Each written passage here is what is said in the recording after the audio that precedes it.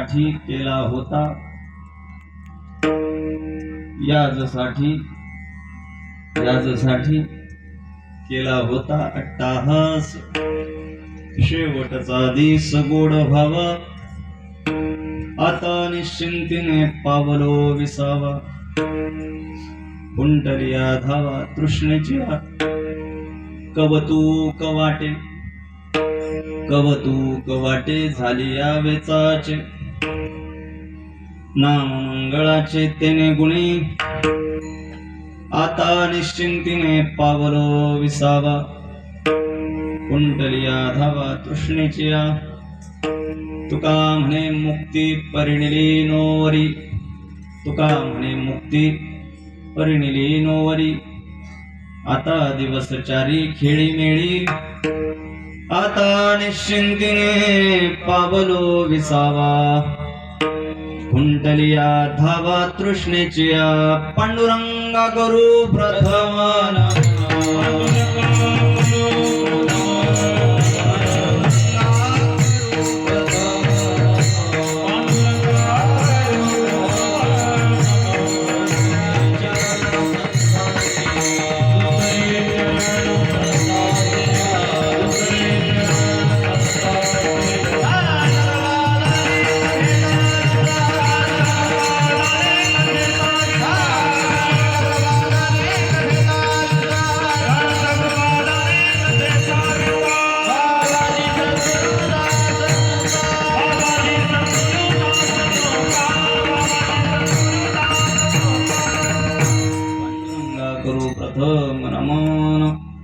दुसऱ्या चरणात संतांची त्यांच्या कृपादाने कथेचा विस्तार.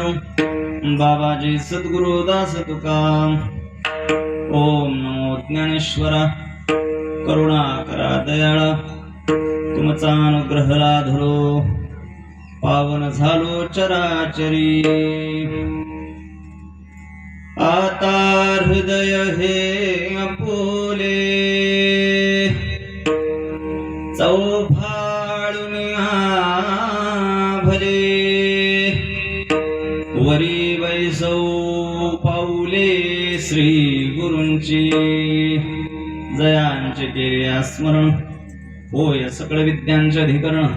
ते जीवंदू श्री गुरुचरण ते नमस्कार होणे. आता मस्तक हे पायावरी,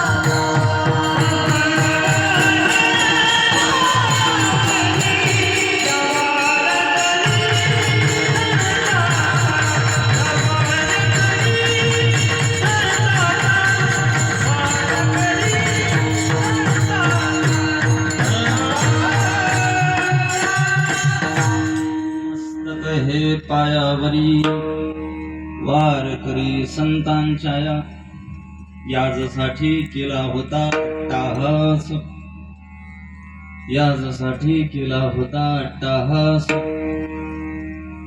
शेवटचा दिस गोड व्हावा, आता निश्चिंतीने पावलो विसावा. कुंटलिया धावा तृष्णेची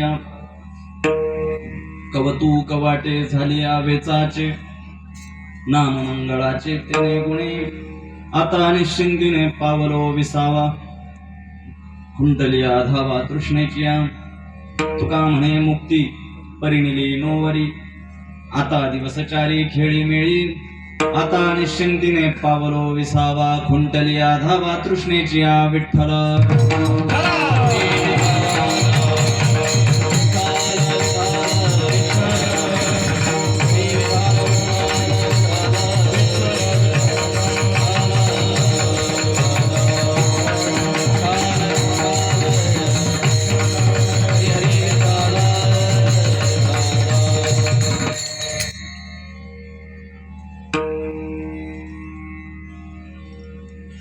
कीर्तन सेवेकरता निवडलेला अभंग जगद्गुरु जगदवंदनीय वैराग्यमूर्ती वारकरी संप्रदायाच्या कलशस्थानी विराजमान असणारे सिद्ध पुरुष, ज्यांचा गाथा पंचम वेद म्हणून मान्यता प्राप्त झाला, ज्यांच्या सिद्धांतांमुळे, ज्यांच्या तत्वांमुळे तुमच्या माझ्यासारख्या सामान्य जीवांच्या जगण्याला विचारांचा, सिद्धांतांचा पाया मिळाला. वारकरी संप्रदायाचा इतिहास सांगत असताना संत बहिणाबाईंनी ज्यांचा तुका झालासे कळस असा गौरवोद्गार केला. नवे नवे या भारतभूमीमध्ये जन्माला आलेल्या प्रत्येक सत्पुरुषाच्या अंतःकरणामध्ये सुवर्ण अक्षरात कोरून ठेवलेलं अजरामर असं नाव म्हणजे श्रीमंत संत जगद्गुरु तुकाराम महाराज. जगद्गुरु तुकोबारायांचा चार चरणांचा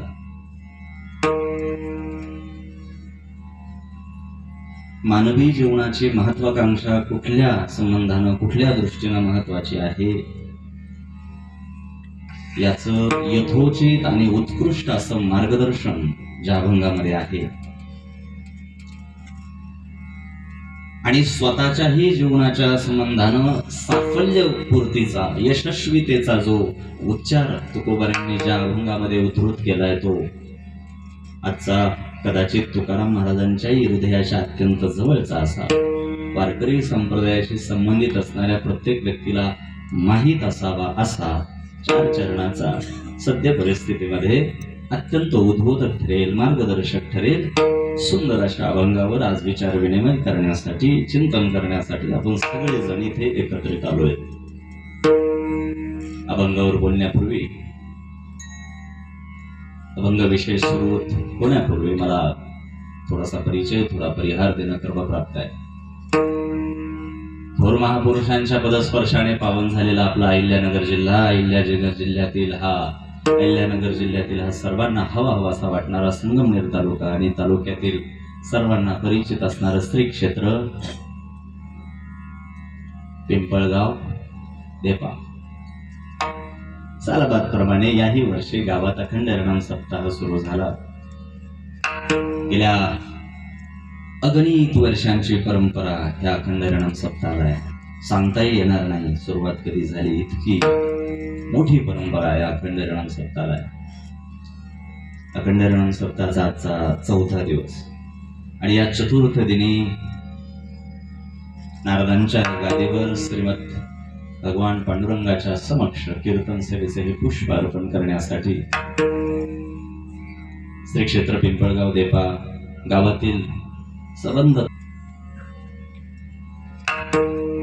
दृष्ट होईल अशा पद्धतीचं नियोजन आहे. ही विद्युत रोषणाई तिथे रस्त्यापासून वळाल्यानंतर जी सगळी ती झगमगाट मी पाहतोय, या सगळ्या लहान सहान गोष्टीतून तुमचा उत्साह दिसून येतो.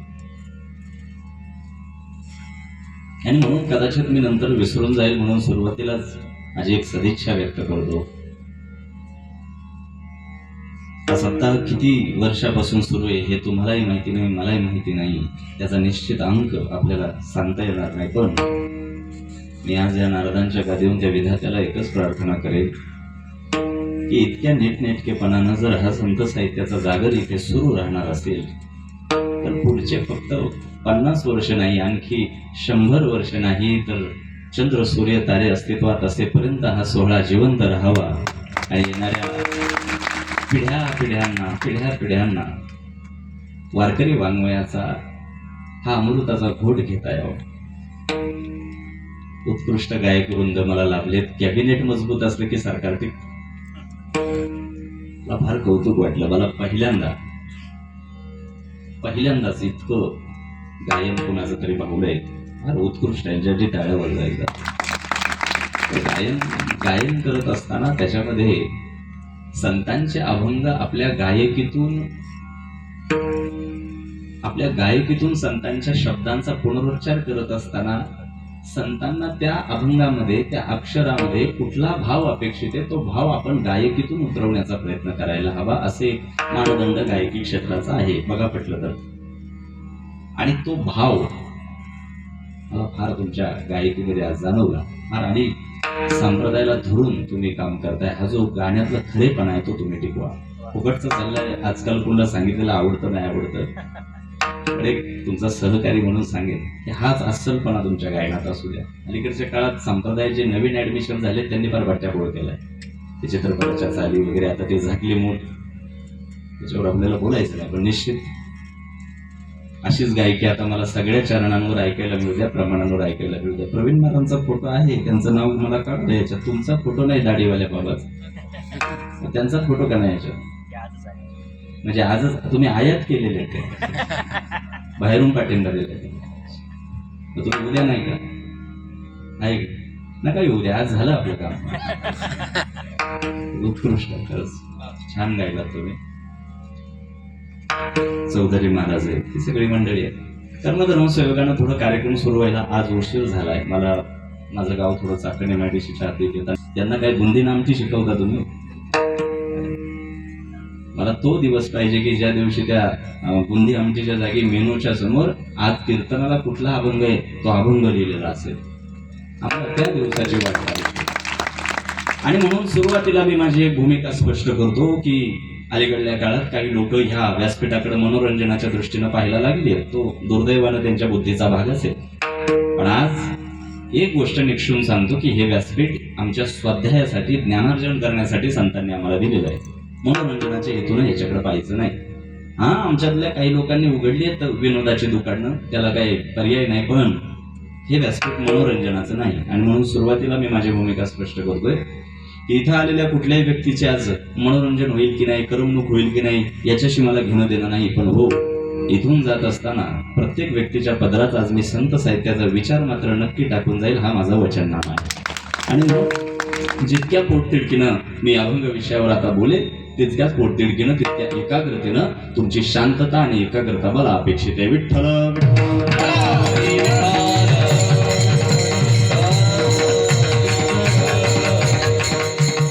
याचसाठी केला होता अट्टाहास, शेवटचा दिस गोळ व्हावा. जगद्गुरु श्रीमंत संत तुकाराम महाराजांचे जवळपास 4000पेक्षा जास्त अभंग उपलब्ध आहेत. किती? 4000पेक्षा अधिक अभंग जगद्गुरु तुकोबारायांचे आमच्या जवळ आज उपलब्ध आहेत. तुकोबारायांच्या 4000पेक्षा जास्त उपलब्ध असलेल्या अभंगांपैकी आजच्या ह्याच अभंगावर बोलण्याची 2 कारणं मी तुमच्या समोर ठेवणार आहे. एक, जगद्गुरु तुकाराम महाराजांनी मी माझ्या जीवनामध्ये स्वतःला मुक्त करण्याच्या संबंधाने एक महत्वाकांक्षा अंतःकरणात बाळगली आणि त्याच्यामध्ये मी यशस्वी झालो. तो साफल्यपूर्तीचा जो उच्चार आहे तो मांडलेला आहे, यासाठी केला होता अट्टहास. आणि दुसरं कारण माझं असं आहे, दुसरी पार्श्वभूमी अशी आहे की तुकोबारायांनी त्यांच्या साफल्यपूर्तीचा उच्चार मांडला, पण आज इथे कीर्तन ऐकणाऱ्या प्रत्येक व्यक्तीनं आजचा हा अभंग स्वतःच्या आयुष्याशी जोडून पाहायचा आहे आणि स्वतःच्या जीवनाला एक रचनात्मक दिशा देण्यासाठी आजच्या अभंगाचा उपयोग करायचा आहे. विठ्ठल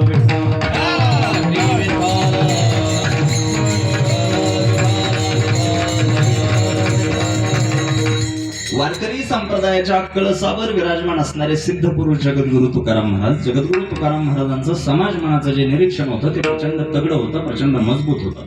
तुकाराम महाराजांनी समाज व्यवस्थेचं, समाज मनाचं निरीक्षण केलं आणि त्यांच्या लक्षात आलं की अगणित वर्ष प्रत्येक गावामध्ये अखंड हरिनाम सप्ताह होत आहेत. कीर्तनाला गर्दी होतीये, कीर्तन ऐकायला ही भली मोठी रीग, मंडपात बसायला जागा शिल्लक नाही. हा, अखंड हरिनामाचा भडीमार सुरू आहे. रात्रंदिवस आमच्या कानावर ध्वनी प्रक्षेपणातून हे सगळे काही अभंग आहेत ते आमच्या कानावर पडतायत. पण कीर्तन प्रवचन जोरात सुरू आहे, प्रबोधनाची चळवळ जोरात सुरू आहे, पण कृतिशीलपणाच्या आणि आचरणाच्या धर्तीवर तुकोबारायांना भला मोठा भोपळा बघायला मिळाला. भाषा कळते माझी? हा, आम्ही कीर्तनाला येतोय, आम्ही कीर्तनाला गर्दी करतोय, पण कृतिशीलपणाच्या, आचरणाच्या धर्तीवर जर बघितलं तर भला मोठा भोपळा.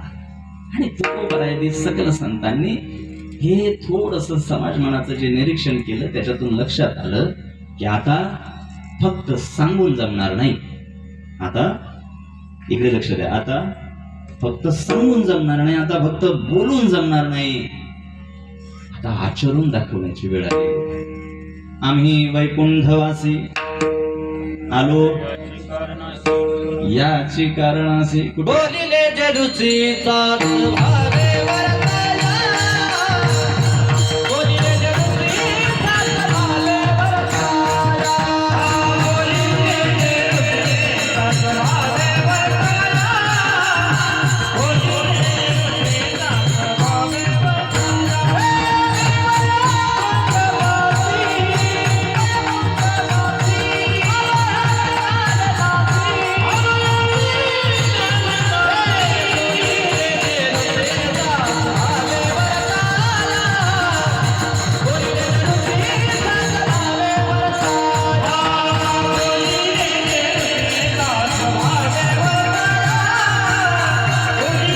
जलुसीचाच भावे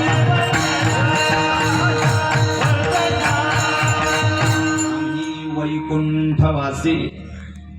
तुकोबारायांनी स्वतःच्या येण्याचं आणि संतांच्या येण्याचं जे काही उद्दिष्ट आहे ते या अभंगात स्पष्ट केले, जे प्रमाण आता महाराजांनी गाऊन दाखवलं. आम्ही वैकुंठवासी. आम्ही मूळचे कुठले? मूळचे कुठले? आम्ही झोपले काय तुम्ही मागचे? आम्ही मूळचे कुठले? आम्ही वैकुंठवासी. आम्ही मूळ वैकुंठातले, पण इथे आलो याची कारणासी. इथे इथे एखादा झोपडीत राहणारा माणूस आहे आणि त्याला मोठ्या बंगल्यात महालात राहण्याची अभिलाषा आहे, मान्य आहे, स्वाभाविक आहे. पण जो महालात राहतोय आणि त्याला झोपडीकडे परतण्याची अभिलाषा आहे, थोडस खटकण्यासारखं आहे की नाही? मग वैकुंठाचा वास सोडून तुकोबारा ह्या कचऱ्यात परत आले, काय कारण? बोलिले जे ऋषी साच भावे. शेवटचा शब्द काय? वर्ताया. वर्तन करून दाखवण्यासाठी, आचरून दाखवण्यासाठी आम्ही आता आलो. बोलून सांगून आता जमणार नाही. तुका म्हणे मेलो सांगता सांगता. बस झालं आता. तेच कीर्तन, तेच प्रवचन, तेच टाळ. गावात सप्ताह आहे, सप्ताहाला गर्दी आहे, पण टाळकरी बाहेरचे.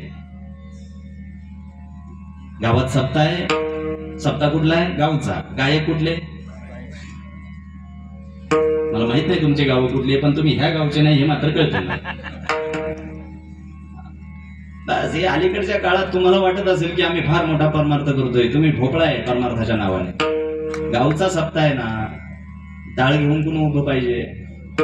गावातलेच पाहिजे ना. हे आयात करायचे, त्यांच्याकडे टाळ द्यायचा, कॉन्ट्रॅक्ट बेसवर परमार्थ करू नका. यांचा अभ्यासाचं वय, यांना आता अभ्यास करू द्या. यांना टाळ वाजवायला लावून तुम्ही पाप करताय. गावचा सप्ताह आहे ना, टाळकरी कोण असले पाहिजे? गावकरी असले पाहिजे. सप्ताह कोणाचा आहे? गावचा आहे. मग तुम्ही काय फक्त आमटी वाढायला आहे? स्वतःला फार मोठा पारमार्थिक असल्याचं प्रमाणपत्र देऊ नका, सर्टिफिकेशन देऊ नका स्वतःला. हा ठीक आहे, आमच्या कपाळावर गंध आहे, आमच्या गळ्यात माळ आहे, आम्ही सप्ताह करतोय, इथपर्यंत ठीक आहे. पण आचरणाच्या, कृतिशीलपणाच्या धर्तीवर भला मोठा. तुकोबारायांनी हे पाहिलं आणि तुकोबारायांनी ठरवलं की आता एक उदाहरण प्रस्थापित होईल अशा पद्धतीचा आपला जीवन प्रवास असला पाहिजे. कुणीही आपल्या अवतीभोवती बघितल्यानंतर कुणीही स्वतःच्या आयुष्याच्या बाबतीत गांभीर्याने विचार करताना दिसत नाही. कुणी सिरियसली स्वतःच्या आयुष्याकडे पाहत नाही. बस नित्य उठून या खावयाची चिंता, ईदभर पोटाची खळगी करायची, बस ह्याचा बांध करायचा, त्याचा करायचा. सकाळी आंघोळ झाली की ह्याची निंदा, त्याची नालस्ती. आयुष्य ह्याच्यातच चाललंय. का जन्माला आलोय माहिती नाही, का जगायचंय माहिती नाही. मेल्यानंतरचा प्रवास कसा असेल, मानवी जीवनाच्या संबंधानं काय समीक्षा करणं गरजेचं आहे, अनालिसिस करणं गरजेचं आहे, काही नाही. गांभीर्यानं स्वतःच्या जीवनाकडे कुणी पाहत नाही. हे तुकाराम महाराजांनी बघितलं आणि तुकाराम महाराजांनी ठरवलं की मला असं बुरसटलेलं इतरांसारखं आयुष्य जगायचं. मी स्वतःला मुक्त करण्याची जबाबदारी घेतो. आणि त्या दिवशी जगद्गुरु तुकोबारायांनी स्वतःला मुक्त करण्याची एक महत्वाकांक्षा अंतःकरणामध्ये बाळगली. त्या महत्वाकांक्षेची आजन्म इमानदारीनं यत्न करत राहिले, स्वतःच्या महत्वाकांक्षेशी प्रामाणिक राहिले, यत्न केला स्वतःला मुक्त करण्याच्या संबंधानं. प्रसंगी स्वतःचं मूल्यमापन केलं, प्रसंगी स्वतःलाही आरसा दाखवला, स्वतःचेही अवगुण अधोरेखित केले. माझे मज कोड येतील अवगुण. चुकीच्या गोष्टींमध्ये स्वतःलाही अभय दिलं नाही. आणि ज्या दिवशी तुकाराम महाराज स्वतःला मुक्त करण्याच्या ह्या प्रवासामध्ये यशस्वी झाले त्या दिवशी अंतःकरणामधून एक अभिनिवेशानं हुंकार आला, याजसाठी गेला होता. अभंग माहितीये का? अभंग माहित असेल तर शब्द जरा जिभेवर येऊ द्या, त्याच्यासाठी पुण्य असावं लागतं. काही काही लोक अभंग माहित असून तोंड उघडत नाही, पाप आडवं येतं, दुसरं काय. याजसाठी गेला होता. हा, मला असं वाटत नाही महाराज हा अभंग माहित नसेल असा कुठला माणूस असेल. दैनंदिन जीवनामध्ये लोक व्यवहारामध्ये अनेकदा ही उक्ती आम्ही वापरतो ना. अशक्य प्राय कठीण अशी गोष्ट आम्हाला जर साध्य करता आली तर आम्ही सुद्धा बोलून जातो यासाठी. सहजासहजी न मिळणारी गोष्ट मिळवता आली तर आम्ही सुद्धा काय म्हणतो, मागे रेंज आहे का? यासाठी गेला होता. अट्टहास बोलून जातो ना मी. असा माणूस महाराष्ट्रात नाही ज्याला हा अभंग माहिती नाही, आणि ज्याला अभंग माहिती नाही तो माणूस नाही. किमान जगद्गुरु तुकाराम महाराजांचे जे अभंग सातत्यानं लोक व्यवहारात वापरले जातात ते तरी माहिती असायला हवे. जगद्गुरु तुकाराम महाराजांनी एक जबाबदारी घेतली, काय, मला हे असं कोणाचं तरी आश्रित होऊन नियतीच्या वळचणीला देवाच्या समोर भिकेचा करुणेचा कटोरा घेऊन मला कोणाचं तरी आश्रित होऊन आयुष्य जगायचं नाही. मी देवानं मला मनुष्य जन्म दिलाय ना, मी स्वतःची जबाबदारी स्वतः घेणार, प्रयत्नवादाची कास धरून आयुष्य जगणार आणि स्वतःला मुक्त करणार.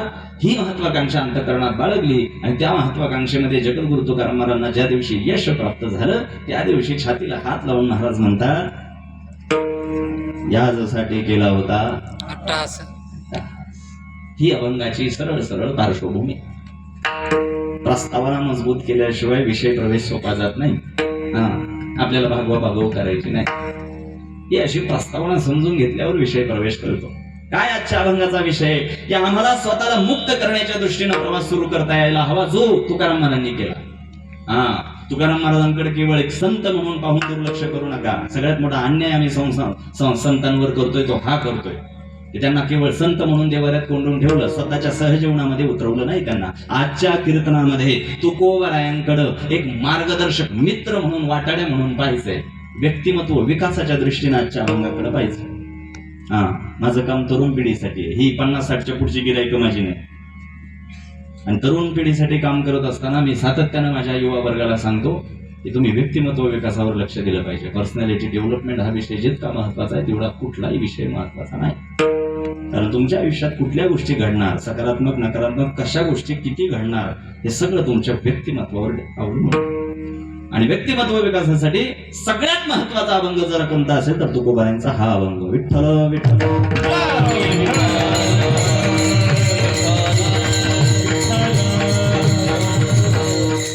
तुकाराम महाराजांची भूमिका मी तुम्हाला सांगितली. जगद्गुरु तुकाराम महाराजांची आजच्या अभंगातली जी काही स्वतःची भूमिका आहे ती मी तुम्हाला तुकोबारायांची भूमिका सांगितली. आता इथं बसलेल्या प्रत्येक मनुष्याची, श्रोत्याची काय भूमिका असायला हवी ती सांगतो. ऐकताय ना?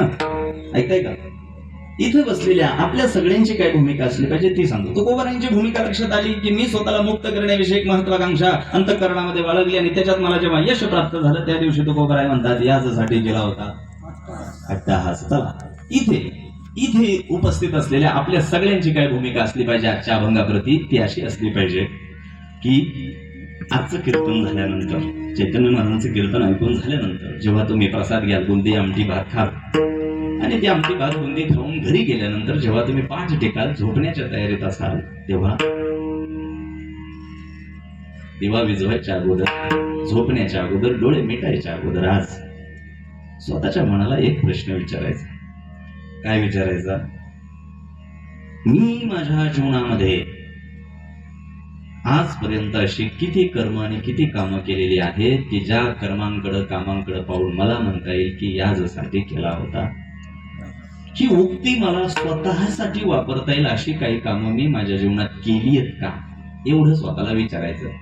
आणि पुढे जर तशा काही कामांची यादी तुम्हाला जर स्वतःच्या आयुष्यात मिळाली नाही तर हताश होऊ नका, मागे झाले पाहू नका, पुढे जावे नाही येतो का, किंवा आता तरी पुढे.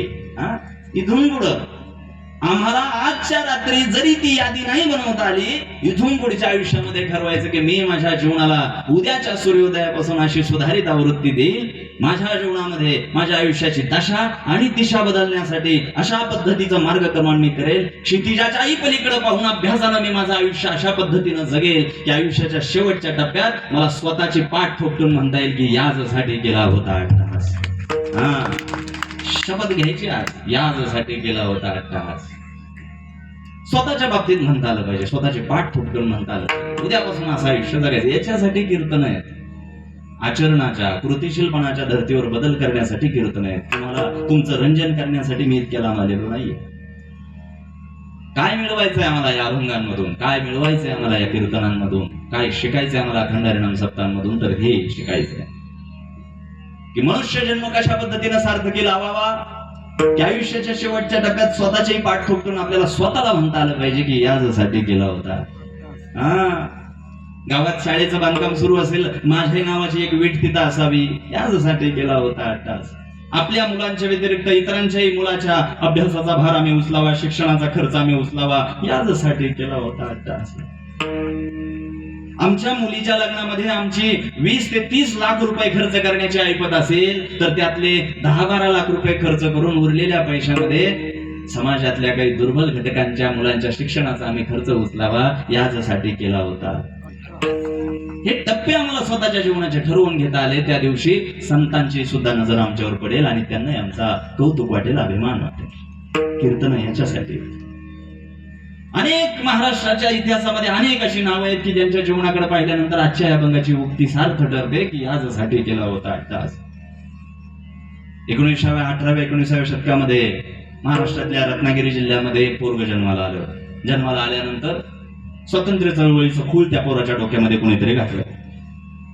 किशोर अवस्थेतून पौगंडावस्थेतून तारुण्यावस्थेत येईपर्यंत लहानपणापासून त्या पोरानं स्वातंत्र्य चळवळीचं वेळ धरलं. सातत्यानं चळवळीमध्ये काम केलं. सातत्यानं ब्रिटिश सरकारनं त्या पोराला तुरुंगात टाकलं.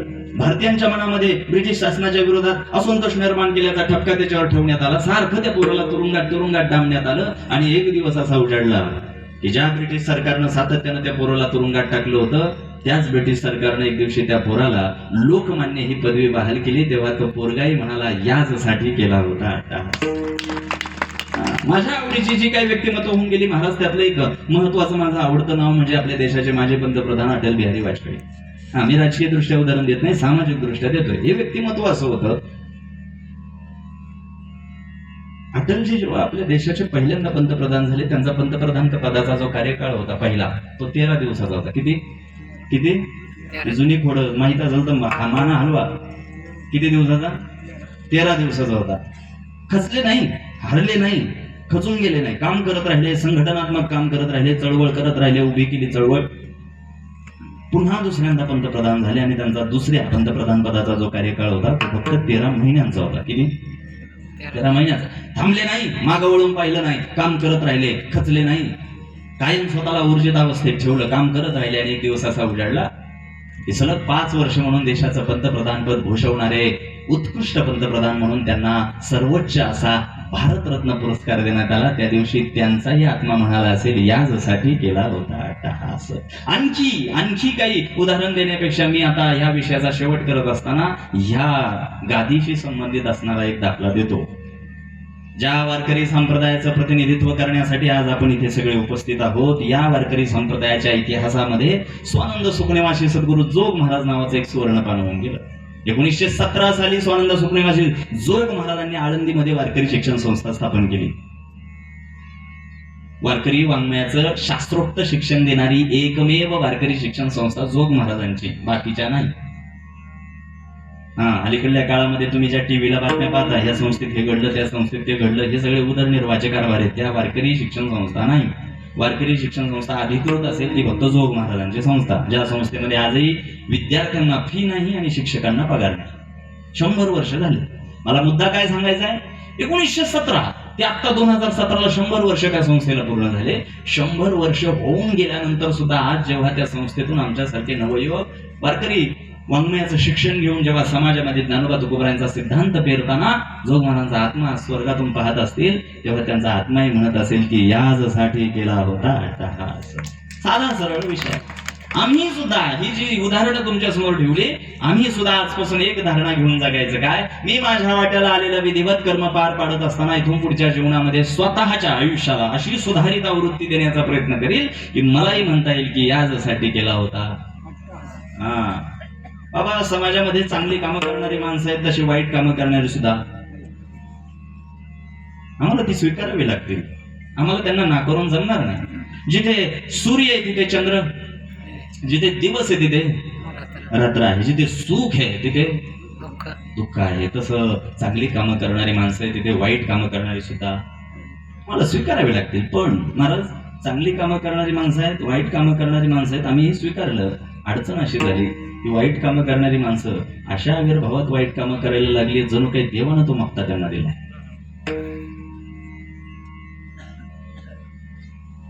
परमार्थाचा अलीकडल्या काळात स्वतःच्या सोयीनं जो अर्थ बदलला जातोय, वर जो वरपांगी परमार्थ सजवला जातोय, त्याच्यावर मला बोलायचं आहे. आणि म्हणून इथे बसलेल्या, कपाळावर गंध असलेल्या, गळ्यात तुळशीची माळ असणाऱ्या वारकरी संप्रदायाप्रती अंतःकरणात श्रद्धा असलेल्या प्रत्येक व्यक्तीला मला आज एक आत्मविश्वास देऊन जायचा आहे. कुठला आत्मविश्वास? समाजात चुकीची कामं करणारी माणसं जर इतक्या आत्मविश्वासानं आयुष्य जगत असतील, मरताना सुद्धा उजळ माथेनं मरत असतील, तर विचार करा, आपण गळ्यात तुळशीची माळ घेऊन वागवणारे आणि कीर्तन प्रवचनातून स्वतःच्या जीवनाकडे पाहणारी लोक, आपण किती अभिमानानं जगलं पाहिजे सांगा तुम्ही.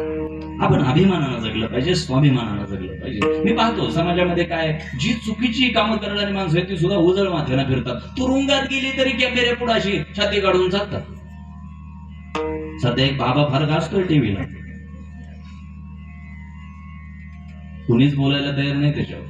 8 दिवसापूर्वी मुंबईला यशवंतराव चव्हाण सेंटरमध्ये नरिमन पॉइंटला एक अधिवेशन झालं. तिथे माझं सेशन होतं आणि तिथे मी हा मुद्दा बोललो की प्रत्येक जण सध्या स्वतःला सुरक्षित ठेवतोय, बोलायचं नाही कोणाला. समाजाचं इतकं मोठं नुकसान होतंय आणि तुम्ही मूग गिळून गप्पे बसलाय. आणि हे जे मूग गिळून गप्प बसले त्यांना वाटतं आपण बोलावं तर आपला एखादा व्हिडिओ बाहेर यायचा. यांची सुद्धा बोट दगडाखाली आहेत. आता आठवलं म्हणून या विषयाचा शेवट करताना एक सांगतो आणि पुढे जातो. ह्या बाबा बुवांनी, भोंदू लोकांनी जी काही दुकानं थाटलेली आहेत, यांची गिराईक सामान्य पातळीवर आयुष्य जगणारी माणसं नाही. त्यांची गिराईक कोण आहे? बोला ना. मी यायच्या आधी काही गावात भांडणं झाली काय? एवढे काय गप्प बसले? बोलून चालून राहा, मला परत यावंसं वाटलं पाहिजे. कोण आहे त्यांची गिराईक? जरा बघा ना तुम्ही, कोण आहे? स्वतःला सामाजिक दृष्ट्या पुढारलेले जे समजतात, सो कॉल्ड सुशिक्षित, ही यांची गिराईक. जोपर्यंत समाज कुठल्या तरी चमत्काराच्या अपेक्षेनं शॉर्टकटच्या नादात, कष्ट न करता शॉर्टकटच्या नादात कुणाच्याही चुकीच्या व्यक्तींच्या पाया पडत राहील, तोपर्यंत हे भोंदू बाबा जन्माला येतच राहणार. जेव्हा जेव्हा तुमच्यापर्यंत असा कुठला भोंदू बाबा पोहोचेल, त्याला छाती टोकून सांगायचं, हा ज्ञानोबा तुकोबारायांचा महाराष्ट्र इथं तुमच्यासारख्यांना जागा नाही. अभिमानानं सांगायचं. आणि आजच्या अभंगामध्ये जगद्गुरु तुकोबारायांच्या याजसाठी केला होता अट्टाहास, या साफल्यपूर्तीच्या उच्चाराला अधोरेखित करत असताना मी तुमच्या समोर आपल्या आयुष्याच्या दृष्टीने एक महत्वाकांक्षा मांडली. ती म्हणजे स्वतःच्याही आयुष्याच्या बाबतीत आम्हाला म्हणता आलं पाहिजे, याजसाठी केला होता. चुकीची कामं करणारी माणसं एवढ्या उजळ माथ्यानं समाजात फिरत असतील तर आपण किती स्वाभिमानानं फिरलं पाहिजे. आपण तर कुठेतरी सकारात्मकतेचा दिवा घेऊन फिरतोय. आपण किती आत्मविश्वासानं वावरलं पाहिजे. पण दुर्दैव असं आहे महाराज, दुर्दैव असं आहे की चांगली कामं करणारी माणसंच लाजेनं मरतात. कितीतरी लोक केवळ समाजानं निंदा केली म्हणून चांगली कामं करणाऱ्या माणसांनी फाशी घेतली. अशी कितीतरी उदाहरणं आहेत. आणि म्हणून ह्या लोकांचा आत्मविश्वास वाढवणं गरजेचं आहे. चुकीची कामं करणारी माणसं, तुम्ही बघा ना, आता मला इकडचं वातावरण माहित नाही, पण काही काही गावांमध्ये अशी लोक आहेत की ज्यांच्या मरायची वाट लोक पाहतात, ज्यांच्या जाण्याची वाट अख्खं गाव पाहतंय, अशी काही लोक पाहिली आहेत. नाही मला इथलं माहिती नाही, पण सर्वसमावेशक जर समाजातलं चित्र बघितलं, काही काही लोक प्रचंड त्रास देऊन आणि पीडा देऊनच आयुष्य जगतात. आता एक गोष्ट आठवते म्हणून सांगतो आणि पुढे जातो. तुमच्यासारखं एक छोटस गाव, गावामध्ये एक महाभाग असा होता, त्याने गावकऱ्यांना इतका त्रास दिला होता, एवढी पीडा दिली होती, एवढं छळलं होतं की गावकऱ्यांनी ठरवलं होतं हे बेनं ज्या दिवशी मरल त्या दिवशी फटाकेच वाजवायचे. त्रासच तेवढा दिला होता. गावात मंदिराचं बांधकाम सुरू झालं की तिथं भांडणं करणार, शाळेचं बांधकाम आलं की तिथं अडचण निर्माण करणार. गावात एक भजनी मंडळ होतं, ज्यांनी त्याच्यात सहभाग घेतला, गावात 4 भजनी मंडळ झाली. म्हणजे कुठलीही गोष्ट सरळ होऊन द्यायची नाही. आणि प्रचंड त्रास दिला. आणि बाबा कर्मधर्म संयोगानं त्याची शेवटची वेळ आली. एका दुर्धर आजारानं त्याला ग्रासलं आणि शेवटचे श्वास मोजत असताना गावकऱ्यांना कळालं की आता हा काही क्षणाचा पाहुणा आहे. गावकरी त्याच्या घराच्या बाहेर गोळा झाले आणि गावकऱ्यांनी इकडे फटाक्याच्या माळा बिळा लावून ठेवल्या, हे मेलं की वाजवायचे म्हणजे. आणि ह्याने आतून बघितलं अंथरुणावर पडला होता. त्याने बघितलं माझ्या जाण्याने गावकऱ्यांना आज जरा जास्तच आनंद होतोय. त्यांनी ठरवलं एक शेवटचा कार्यक्रम झाला पाहिजे. त्याने गावकऱ्यांना जवळ बोलवलं, म्हणला इकडे या. मग ते कार्यकारी मंडळ 2-4 पुढारी होते गावातले, ते आले. म्हणले काय? हा म्हटला मी माझ्या जीवनामध्ये केलेली सगळी कुकर्म आज माझ्या डोळ्यासमोर उभी राहिलेली आहेत आणि मला केलेल्या सगळ्या कामांचा आज पश्चाताप होतोय, केलेल्या चुकांचा आज पश्चाताप होतोय. मला तुम्ही या शेवटच्या माझ्या क्षणामध्ये त्याची शिक्षा द्यावी, प्रायश्चित्त द्यावं असं मला वाटतं. गावकरी म्हणले तू फक्त बोल, आम्ही तयारच. म्हटलं मला माझ्या कर्मांची शिक्षा म्हणून तुम्ही काय करा, काही वेळात जर माझा जीव गेला तर मला 4 जणांच्या खांद्यावर नेऊ नका. मग 2 घोडे आणा, त्या घोड्यांच्या पायाला माझा मड बांधा आणि हायवेला फरफटतच नेऊनच मला स्मशानात तुम्ही नेऊन जाळा, खांद्यावर नेऊ नका, मी त्याला एकीचाच नाही. गावकरी म्हणले दुग्धशेर करा योग्य, आमच्या मनात असं काहीतरी होतच. त्रासच तेवढा दिला होता. गावकरी बाहेर गेले, घोड्यांची तजबीज करायला लागले, तयारी करायला लागले. तेवढ्या त्याची प्राणज्योत मानवनाच होती आणि ते जीव जायला अशा परिस्थितीमध्ये ह्या पठ्ठीने गावकरी घराबाहेर गेल्यावर लावला पोलिसांना फोन. इन्स्पेक्टर साहेब, जर तुम्ही लवकर आले नाही तर माझ्या गावातली काही मंडळी, माझे गावकरी मला घोड्याच्या पायाला बांधून फरफटत नेऊन मारून टाकणार आहेत. जर तुम्ही लवकर आला नाही तर मला माझा जीव गमवावा लागेल. बराच वेळ गेला, ह्याची प्राणज्योत मालवली. गावकऱ्यांनी घोडे तयार केले, घोड्याच्या पायाला याला बांधलं. सवयीप्रमाणे पोलीस उशिरा आले आणि घोड्याच्या पायाला बांधून साकूर फाट्यापर्यंत याला ओढीत नेला आणि फरफटत नेल्यानंतर समोरून पोलिसांची गाडी आली हायवेने आणि त्यांनी बघितलं की काही वेळापूर्वी आपल्याला जो फोड आला होता तो खरा निघाला. एका भल्या माणसाला गावकऱ्यांनी तडपडून मारलाय. अख्खं कार्यकारी मंडळ, अख्खे गावकरी येरवडा जेलला रवाना झाले आणि अख्ख्या गावकऱ्यांना येरवडा जेलमध्ये पाहून याचा आत्मा स्वर्गातून म्हणाला याचसाठी केला होता. समाजा माझ्या बोलण्यातून सहज विनोद निर्मिती जरी झाली तरी गांभीर्यानं सिद्धांत आहे का, समाजामध्ये चुकीची कामं करणारी माणसं सुद्धा जर एवढ्या उजळ माथ्यानं मरत असतील, एवढ्या अभिमानानं मरत असतील, क्षणभराचाही त्यांना पश्चाताप त्या ठिकाणी नसेल, तर आपण कुठेतरी समाजामध्ये परिवर्तनाचा एक आशेचा किरण घेऊन जर आपण आयुष्य जगतोय, प्रयत्न करतोय, सकारात्मक बदल घडवण्याच्या दृष्टीने जर आम्ही प्रयत्न करतोय, आपण किती उजळ माथ्यानं जगलं पाहिजे हा आत्मविश्वास स्वतःला द्यायचा. आणि ज्या क्षणी तुम्ही हा आत्मविश्वास स्वतःला द्याल त्या क्षणापासून तुमचा स्वतःला मुक्त करण्याच्या विषयीचा प्रवास सुरू होईल. जगद्गुरु तुकाराम महाराजांना आम्ही विचारलं, महाराज तुम्ही स्वतःला मुक्त करण्याच्या दृष्टीने जो प्रवास सुरू केला तो प्रवास गोड कसा झाला, त्याचं उत्तर जगद्गुरु तुकाराम महाराजांनी आजच्या अभंगामध्ये पहिल्या चरणामध्ये दिले.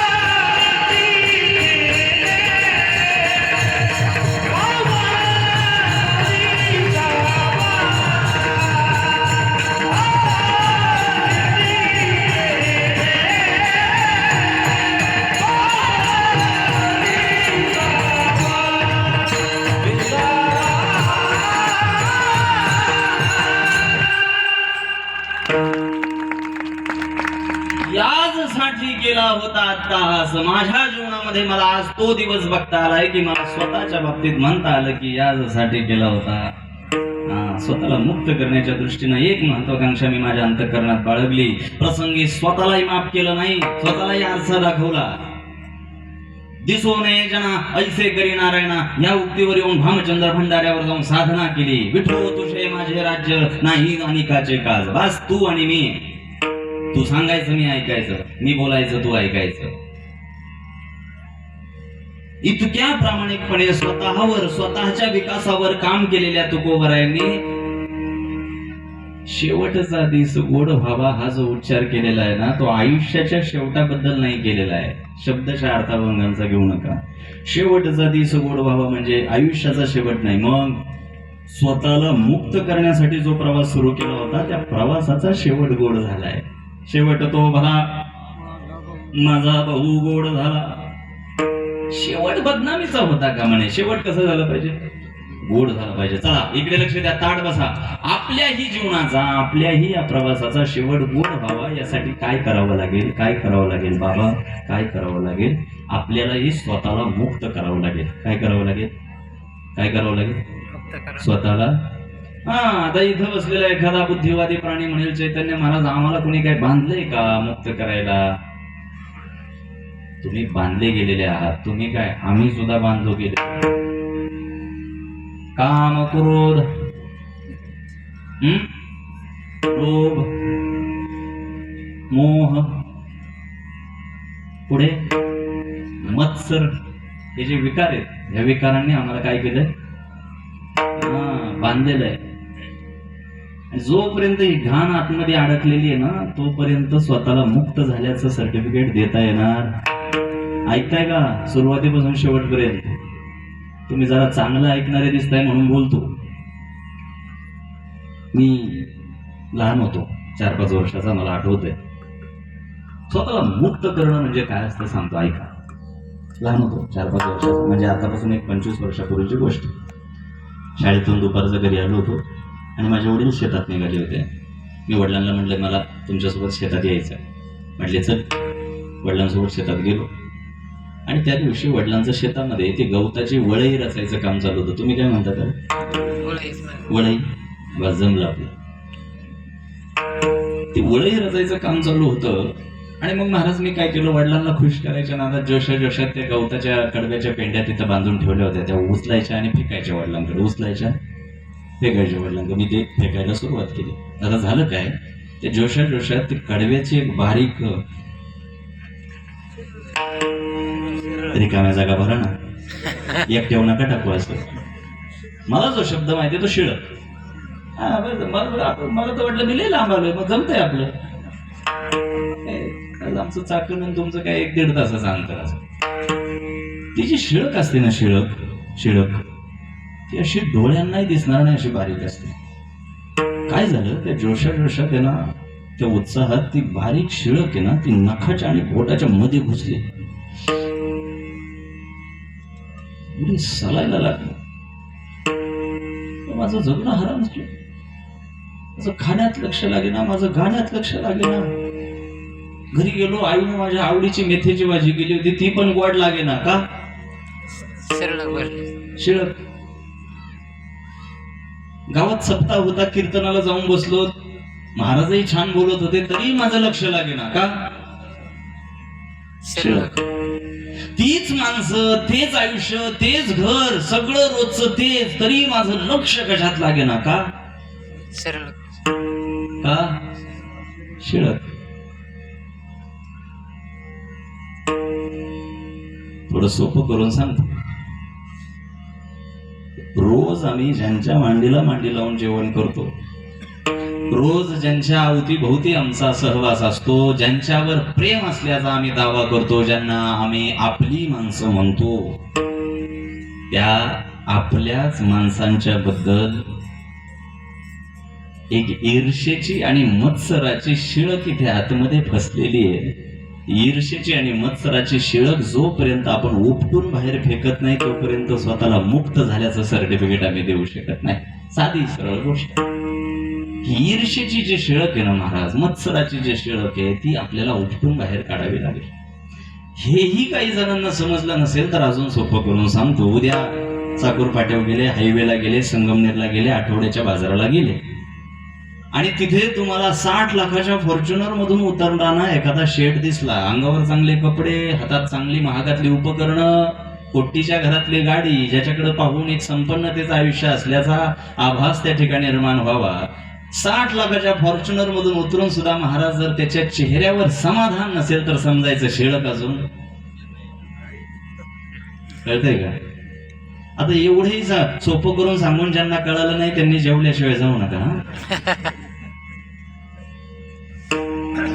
संपन्नतेचं आयुष्य एखाद्याला आहे, बंगला आहे, गाडी आहे, हा, सौंदर्य आहे, रूप, रंग, गंध सगळं देवानं दिलंय, प्रतिष्ठा आहे, सन्मानाचं जीवन आहे, सगळं आहे. त्याच्याकडे बघितलं की एक सर्व गुण संपन्न कसा असावा एखादा अधिपती याची जाणीव व्हावी अशी माणसं आहेत समाजात. पण पाचही बोट त्यांची तुपात असून सुद्धा आत्मिक समाधान त्यांच्याकडे पाहिल्यानंतर दिसत नाही, मानसिक शांतता त्यांच्या चेहऱ्यावर दिसत नाही. याचं कारण मोठ्याने बोला, काय? शिळक अजून काढली नाहीये. आणि मत्सराची, ईर्षेची, विकारांची शिळक जोपर्यंत फसलेली महाराज आम्ही मुक्तपणे आयुष्य जगू शकत नाही.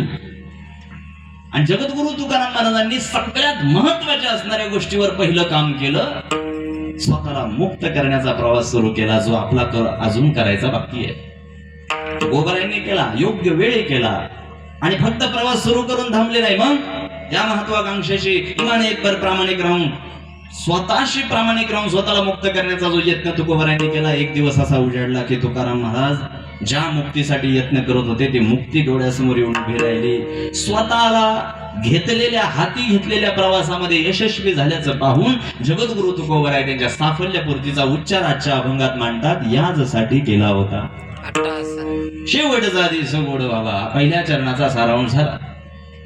मग विचारलं आम्ही तुकाराम महाराजांना आम्ही विचारूया की तुकाराम महाराज जवळपास 9 वाजले तरी तुम्ही म्हणता यासाठी केला होता अट्टहास, यासाठी केला होता अट्टहास, शेवटचा दिवस गोड व्हावा. तुकोबा, जितकं आम्हाला संप्रदायाचं ज्ञान आहे, जितकी आम्हाला पारमार्थिक माहिती आहे, जितकं आम्हाला जगद्गुरु तुकोबारायांबद्दल सांगण्यात आलंय, वाचण्यात आलंय, आम्हाला एक गोष्ट माहिती की जे खरे संत असतात ना ते स्वतःविषयी कधी बोलत नाही. केवळ स्वतःविषयी बोलत राहतात ते जंत, आणि लोकोद्धाराचा, जगदोद्धाराचा विचार बोलत राहतात ते संत. मग तुकोबा आजच्या अभंगामध्ये याचसाठी केला होता अट्टहास, शेवटचा दिवस गोड व्हावा, हे स्वतःबद्दल बोलण्याचा इतका अट्टहास कशासाठी? तुमचा अभंग गाथा आम्ही वाचून बघितला, पूर्ण नाही वाचला, आम्हाला तेवढा वेळ नसतो, बाकीचे कुटाणे असतात.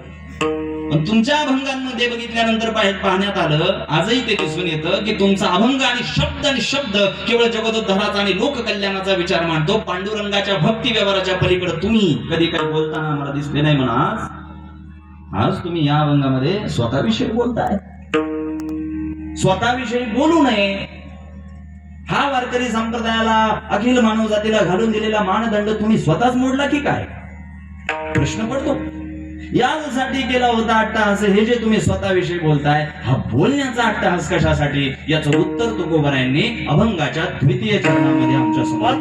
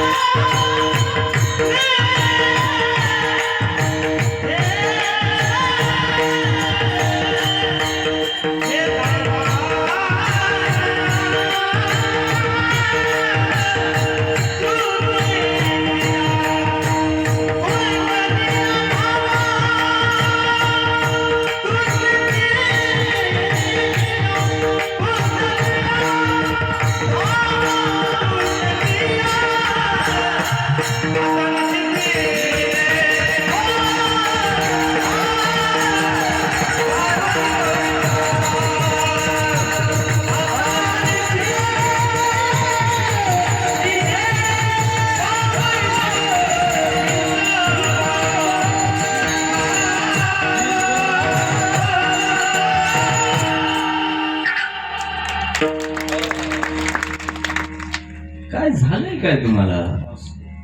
मी नाही म्हणत. तुकाराम महाराजांना काही जणांनी विचारलं काय झालं, दचकले काय तुम्ही?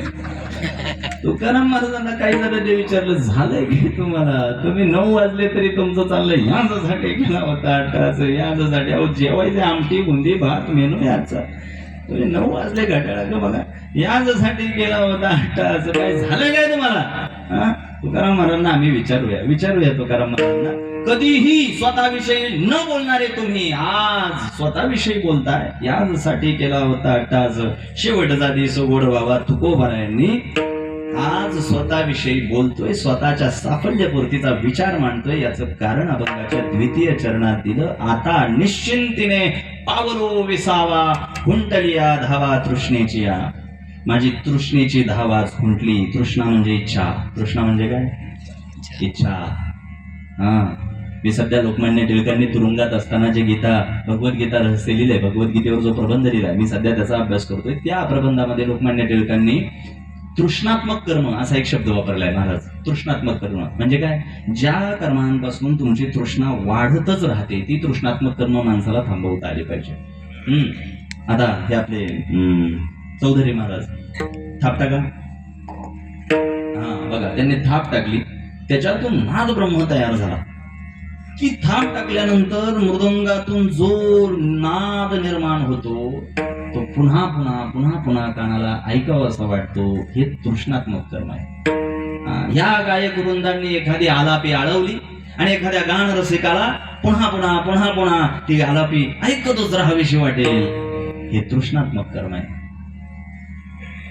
आज ताटात आमटी आली आणि एखाद्याला ती इतकी आवडली, नाही मी आमटी विसरणार नाही आज.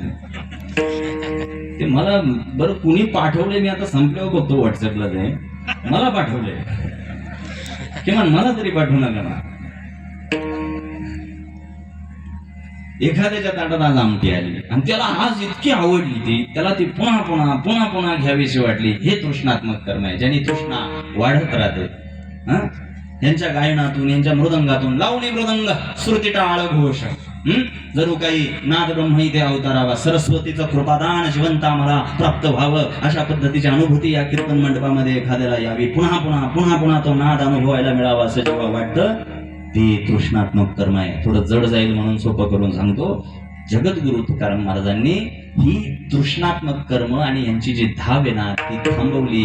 खुंटलिया धावा तृष्णेची. ही तृष्णेची धाव आज खुंटली. त्याचा परिणाम काय झाला? आता निश्चिंतीने पावलो विसावा. आज मला खऱ्या अर्थानं काय मिळाला? विसावा. चला ऐकताय म्हणून आणखी एक गोष्ट सांगतो. वैशिष्ट्यानं वारकरी संप्रदायाशी संबंधित असणाऱ्या लोकांनी नीट ऐकायचं. आता निश्चिंतीने पावलो विसावा या चरणाचा पहिला शब्द काय? आता. काय शब्द आहे? आता. आता निश्चिंतीने पावलो विसावा या चरणाचा पहिला शब्द काय? बोला पटापट. तर ताट बसा, माझ्याकडे वेळ कमी आहे. आता निश्चिंतीने पावलो विसावा या चरणाचा पहिला शब्द काय? आता. या पहिल्या शब्दावर मला बोलायचंय. महाराज गंमत अशी आहे, जगद्गुरु तुकाराम महाराजांच्या कुठल्याही अभंगातला कुठलाही शब्द हा विनाकारण नसतो. त्याचं प्रयोजन असतंच प्रत्येक शब्दाचं.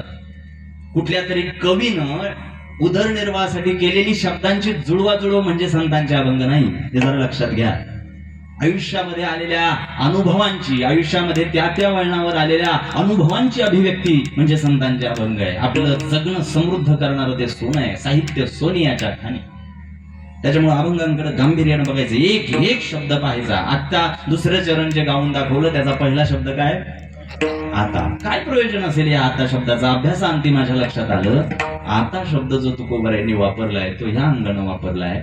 मी स्वतःला मुक्त करण्याच्या दृष्टीनं, स्वतःच्या विकासाच्या संबंधानं काम करण्यासाठी एक प्रवास सुरू केला, एक महत्वाकांक्षा बाळगली आणि तो प्रवास यथोचित योग्य पद्धतीनं पूर्ण केल्यानंतरच तुकोबाराय म्हणतात की आता निश्चिंतीने पावलं विसावा.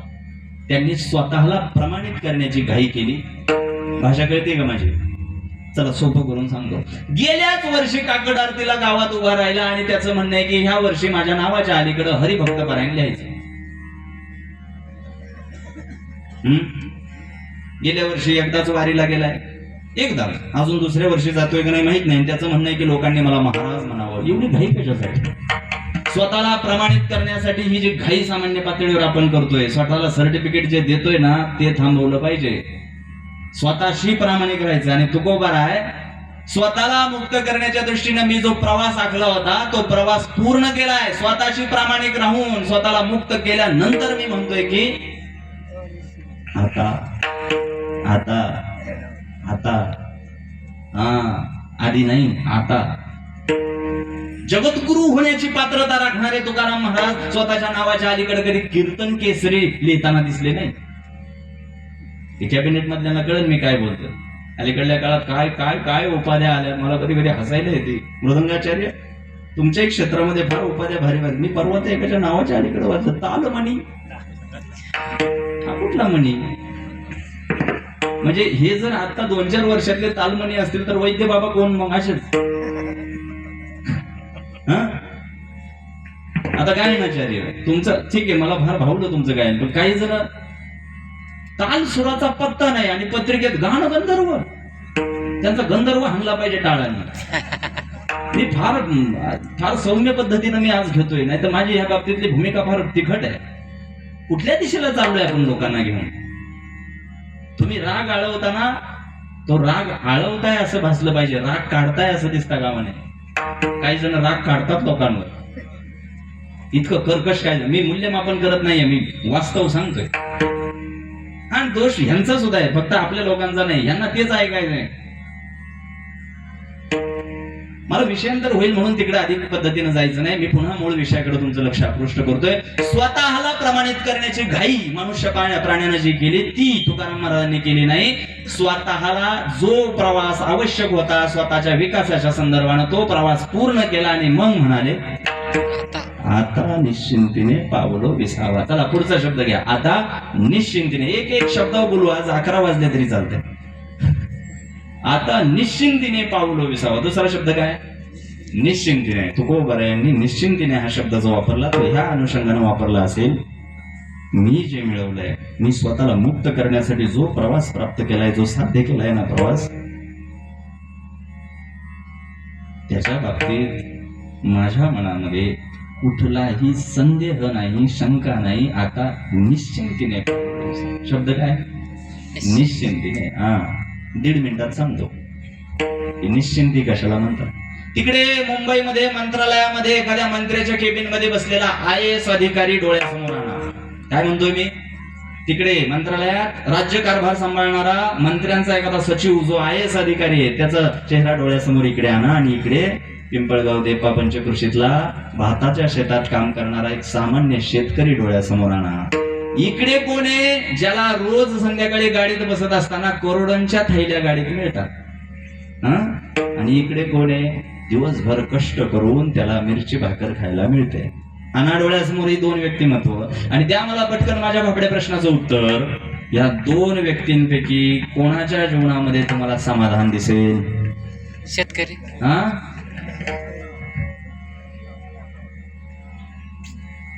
अहो पण करोडो रुपये रोज ह्याला मिळतायत ना.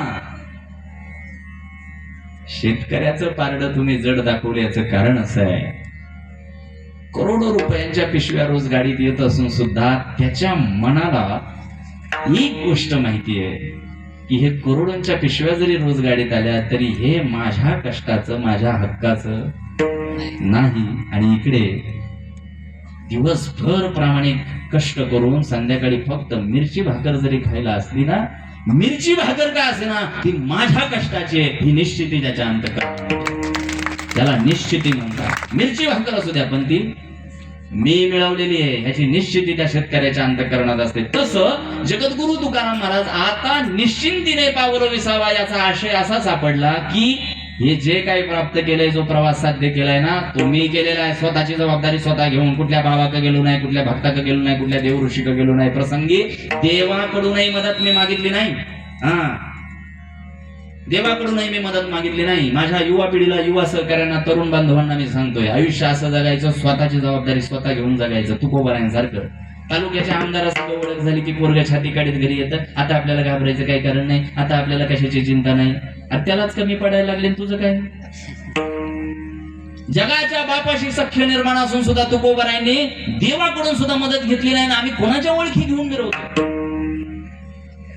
सकाळची वेळ तुकोबाराय पूजेची सामग्री घेऊन पूजा करायला मंदिरात जातात आणि त्यांच्या लक्षात आलं की देव आज त्यांच्याकडे पाहून स्मित हास्य करतोय, हसतोय.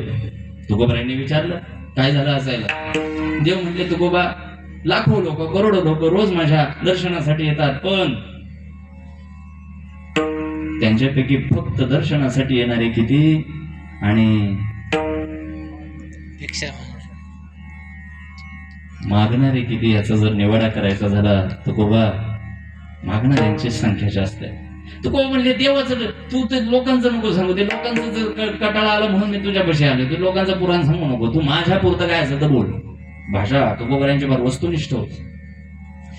देव म्हटले तुकोबा, ज्यांनी काहीच मागू नये असं वाटतं ती रोज थोबाड घेऊन येतात आणि काही ना काही मागत राहतात. ज्यांचं तोंड आम्हाला बघायचं नाही ती येतात काहीतरी मागत राहतात. तुकोबा, ज्यांनी काहीतरी मागावं असं आम्हाला वाटतं ते काही मागत नाही.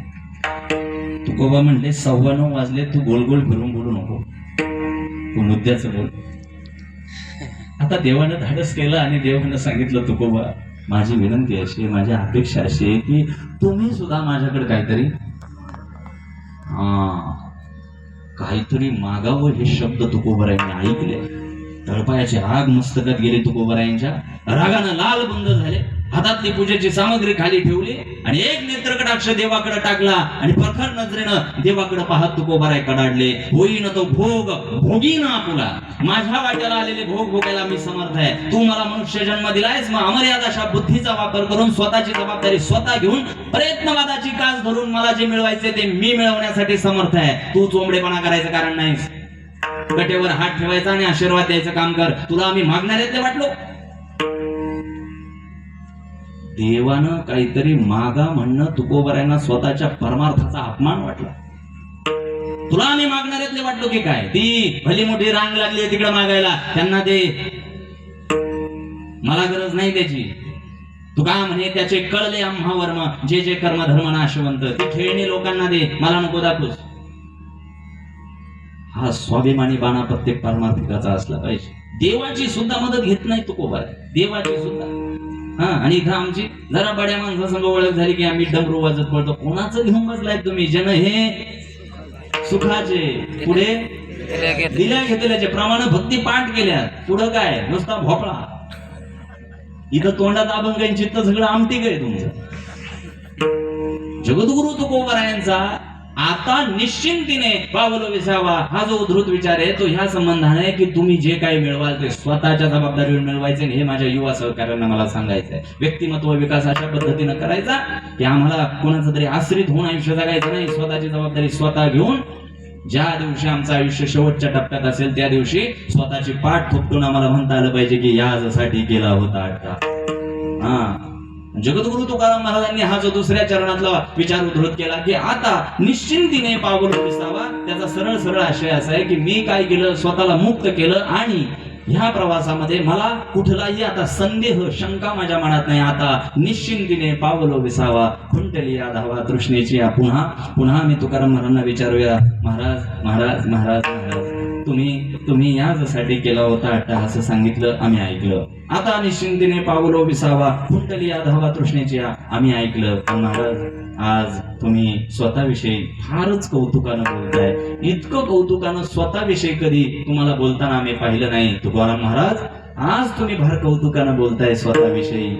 काय कारण स्वतःविषयी इतक्या कौतुकानं बोलण्याचं, स्वतःविषयी सांगण्याचं, कौतुकाचं जे काही कारण आहे ते तुकाराम महाराजांनी आजच्या अभंगाच्या 3य चरणामध्ये आमच्या समोर ठेवलं. कौतुक वाटे, कौतुक वाटे, कौतुक वाटे, खाली आले जाते हा.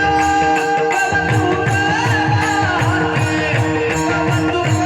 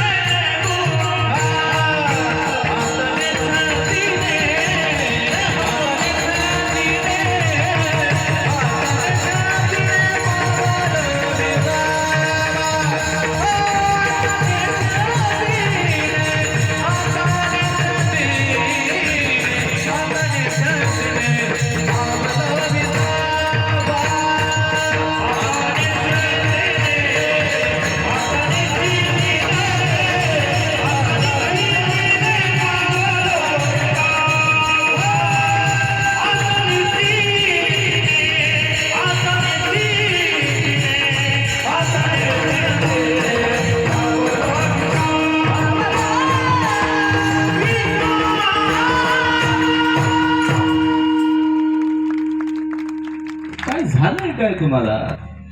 आताही मी तुम्हाला म्हणत नाहीये. तुकाराम महाराजांना आम्ही विचारलं की झालंय काय, इतक्या कौतुकानं का बोलताय? 9:30 वाजत आले तरी तुम्ही म्हणताय आजसाठी केला होता अट्टहास, शेवटचा दिवस गोड व्हावा. आता निश्चिंतीने पावलो विसावा, खुंटली आभावा तृष्णेची या. महाराज, कौतुकानं बोलण्याचं कारणही तुकोबारायांनी कौतुक शब्दानंच दिलंय. कवतुक वाटे झाले या वेचाचे, कला काना आणि 2 मात्रे, कौतुक असा शब्द नाहीये. तो शब्द काय? कवतुक. तुकोबारायांचं मराठी फार अस्सल होतं. 16वं शतक येते. कवतुक. आता ते व्याकरणात घुसले की अजून अर्धा तास जाईल. मला आवडतं घ्यायचंय, विषय पूर्ण करायचा आहे. कवतुक वाटे झाले या वेचाचे. तुकाराम महाराज आजच्या अभंगात म्हणतात, मी माझ्या जीवनात जे काही वेचलंय ना, त्याचं माझं मला काय वाटतंय? काय वाटतंय? बोला ना जरा. भुका लागल्यात तुम्हाला? बोला ना, काय वाटतंय? शेवटचा सिद्धांत सांगतो, माणसाला स्वतःला कौतुक वाटेला एवढं तरी समृद्ध आयुष्य माणसानं जगलं पाहिजे. काय? स्वतःला कौतुक वाटेल एवढं तरी चांगलं आयुष्य जगलं पाहिजे. महाराज, लोकांच्या कौतुकाची तुम्ही वाट पाहू नका. आयुष्याच्या प्रदीर्घ कालावधीनंतर लोकांना हा अनुभव येतो की लोकांकडून अपेक्षा ठेवू नये. स्वतःला कौतुक वाटेल आयुष्य असं जगा. लोकांच्या कौतुकाची वाट पाहू नका. लोकांनी तुमचं कौतुक करावं असं जर तुम्हाला वाटत असेल तर तुम्हाला मारावं लागेल. कारण इथे मेल्याशिवाय कौतुक करायची प्रथा. रस्त्यानं जात असताना प्रवासामध्ये कधी मला ते भावपूर्ण श्रद्धांजलीचे होर्डिंग दिसले ना प्रवीण महाराज, मी मुद्दाम थोडस गाडी हळू करायला सांगतो आणि मी ते वाचतो. काय वाचतो? कोणाला श्रद्धांजली वाहिली त्याच्याशी काही घेणं देणं नाही, पण त्या श्रद्धांजलीच्या त्या बोर्डवर वरती कोपऱ्यात आहे ना, ते गेलेल्या व्यक्तीबद्दल 4 ओळी लिहिलेल्या असतात. एवढ्या भारी लिहितात ना, अरे बापरे. कधी कधी वाटतं त्या ओळी वाचून तो गेलेला परत यायचा. मनी होता भोळेपणा. अजून काय असतं? आभाळा एवढं मन होतं. आता हे सगळं जे काही लिहिलंय त्या गेलेल्या व्यक्तीबद्दल, हे कधी कळालं? मेल्यावर. बोला ना. ज्या 4-5 ओळी तुम्ही माणूस गेल्यानंतर लिहिताय, त्यातल्या 2च ओळी तो जिवंत असताना जर त्याच्या कानात बोलले तर त्याची जगण्याची उमेद अजून वाढणार नाही का? सांगा बरं तुम्ही मला.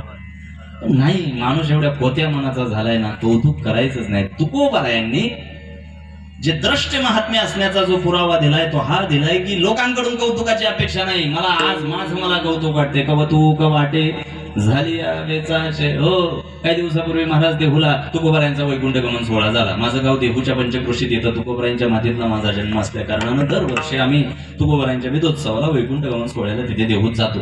याही वर्षी गेलो, पण झालं काय, सकाळी ते उपमुख्यमंत्री वगैरे येणार होते म्हणून थोडं प्रोटोकॉलमुळे रस्ते बदलले होते आणि मला मंदिरात जायला उशीर झाला. मी मंदिराच्या बाहेर गर्दी कमी होण्याची वाट पाहत एका मोठ्या दगडावर उभा राहिलो आणि मी बघितलं इतक्या लाखोंची गर्दी देहूमध्ये उलटली होती. अरे बाप रे, मुंगीला शिरायला जागा राहणार नाही इतकी प्रचंड भली मोठी महाकाय गर्दी त्या दिवशी वैकुंठ गमन सोहळा पाहायला देहूमध्ये आली होती. त्या दिवशी त्या गर्दीकडे पाहून मला जो प्रश्न पडला, जे काही प्रश्न पडले ते मी माझ्या तुकोबारायांना विचारलं मी महाराजांना की महाराज, ही सगळी जी गर्दी आज इथे एकवटली आहे तुमचा वैकुंठ गमन सोहळा अनुभवण्यासाठी, महाराज ही सगळी गर्दी तेव्हा कुठं होती जेव्हा गाथा बुडवायला सांगितलं? ही लोक तेव्हा होती कुठं जेव्हा तुम्हाला तुकाराम महाराजांना गावातून निघून जाण्याचा शासकीय आदेश पारित करण्यात आला होता? ही गर्दी होती कुठं? ही लोक होती कुठं जेव्हा तुमच्या घरात अन्नधान्याची कोठारं तुम्ही लोकांसाठी मोकळी केली आणि पुन्हा अन्न पाण्याविना तुमचा मुलगा आणि बायको तुम्ही अन्नान्न करताना मरताना डोळ्यांनी बघितली? ही लोक होती कुठं? ही गर्दी तेव्हा कुठं होती? कुठं होती ही गर्दी जेव्हा तुमच्या एका टाळकऱ्याच्या पत्नीनं तुमच्या अंगावर उकळतं पाणी ओतलं, जेव्हा मंबाजी बॉन्डने तुम्हाला काठीनं बदलून काढलं, सोहळा साजरा करायला आज आली, तेव्हा कुठे होती ही सगळी लोक? आणि आतून आवाज आला, चैतन्य महाराज, या समाजाचा गुणधर्म असा आहे की इथे संघर्ष हा एकट्यालाच करावा लागतो, जग फक्त सोहळा साजरा करायला येतो. हाच आजच्या कीर्तनाचा शेवटचा हा सिद्धांत होता. जीवनामध्ये अशा पद्धतीचं आयुष्य इथून पुढे जगण्याचा प्रयत्न करा मायबाप, की स्वतःच स्वतःला कौतुक वाटलं पाहिजे. कौतुक वाटे झाली या वेचाचे, नाममंगळाचे तेने गुणे. हात वर करायचे दोन्ही आणि माझ्यासोबत भजन करायचे. गोपार घुमाले. एक तारी, एक तारी, एक तारी. गोपार घुमाले. एक तारी.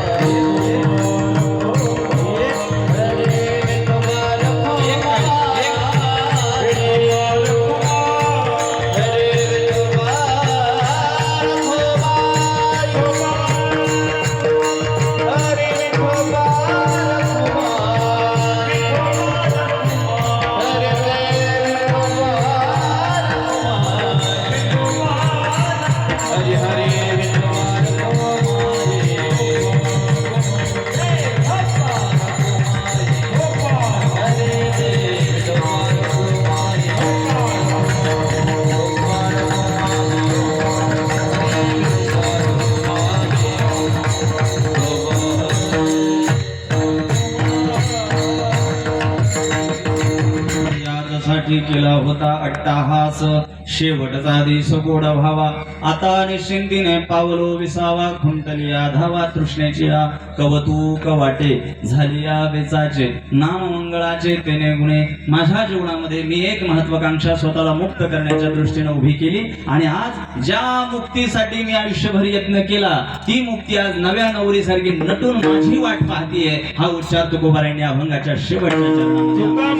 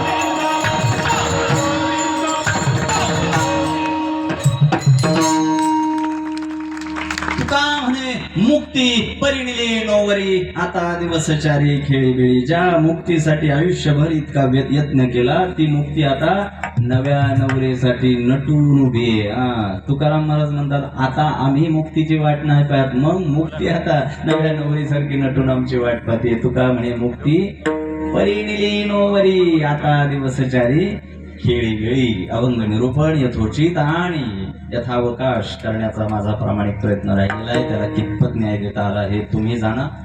येणाऱ्या काळामध्ये अधिकाधिक संत वाङ्मयाच्या संबंधानं चांगल्या पद्धतीचा आचार विचार या ठिकाणी अधोरेखित व्हावा अशी माझी अपेक्षा आहे. झालेली सेवा मी माझ्या आराध्य जगद्गुरु तुकोबारायांच्या चरणी समर्पित करत असताना पुनश्च एकदा आजच्या कीर्तनाला एका विशिष्ट उंचीवर नेऊन ठेवण्यासाठी ज्यांचं योगदान प्राप्त झालं, गायनाचार्य, मृदंगाचार्य, वर्षी तुम्ही गावचा सप्ताह आहे म्हणून टाळकरी गावातलेच उभे करा. तुम्ही नाही, हे फार गांभीर्यानं बोलतोय मी टाळ्यांवर खुश होणारा बाबा नाही, माझं पोट याच्यावर नाही. निबार भाडं बिडे येते, मला माझं व्यवस्थित चाललंय. मी तुमच्या दुरुस्तीसाठी सांगतोय, उगाच टाळ्या वाजून मला येड्यात काढू नका. मी तुम्हाला सांगतोय की गावचा सप्ताह जर असेल ना, नाही ह्यांचं कसं हे आपलं वाटलं हेच करतात. वा दादा गेला, दादा गाडीत बसायच्या आधी मी आला तिकडे. अजिबात फाजील कौतुक कोणाचं करायचं नाही. मी तुम्हाला गांभीर्यानं सांगतोय, सप्ताह जर गावचा असेल तर टाळकरी सुद्धा कुठले असले पाहिजे. एक कॉन्ट्रॅक्ट कितव्या वर्षाचा होता? 16 ते 22 वर्षाचा. तुकोबारायांचा तारुण्यातला होता, सकल संतांचा परमार्थ तारुण्यातला होता. ज्ञानोबारांनी ज्ञानेश्वरी लिहिली कितव्या वर्षी? वयाच्या 16व्या वर्षी. साधी सरळ गोष्ट आहे, जी ज्ञानेश्वरी 16व्या वर्षी लिहिली असेल ती ज्ञानेश्वरी 16व्या वर्षापासूनच वाचली पाहिजे, 60व्या वर्षी नाही. साधी सरळ गोष्ट. आणि म्हणून येणाऱ्या काळामध्ये पारमार्थिक दृष्ट्या ह्या दुरुस्त्या गाव पातळीवर तुम्ही करून घ्या. माझी वेळ संपली. अधिकचा वेळ घेतल्याने कुणाचे डोळे मोठे झाले असतील तर मला फरक पडत नाही, कारण अभंगाला न्याय दिल्याशिवाय मी या गादीवरून उतरत नाही. त्याच्यामुळे जो काही वेळ आता आपण घेतला तो अभंग चिंतनाच्या दृष्टीने केला. अभंगाच्या शेवटी घरी जात असताना आपल्या आयुष्याच्या बाबतीत याचसाठी केला होता अट्टाहास, या संदर्भानं आपल्याला पाठ थोपटून घेता येईल अशा पद्धतीचं कृतीशील आयुष्य जगण्याचा तुम्ही प्रयत्न करा. मी गावातल्या सगळ्या तरुण वर्गाला आभार मानतो की मला या उत्सवामध्ये आज तुम्ही समाविष्ट करून घेण्याची संधी प्राप्त केली. मला ज्या पोरांचं माझ्या युवा सहकार्याचं एवढं कौतुक वाटलं, मला मी मगाशी आलो थोडा उशीर. मी माझ्या वाणीला विराम देतो. ज्ञानेश्वर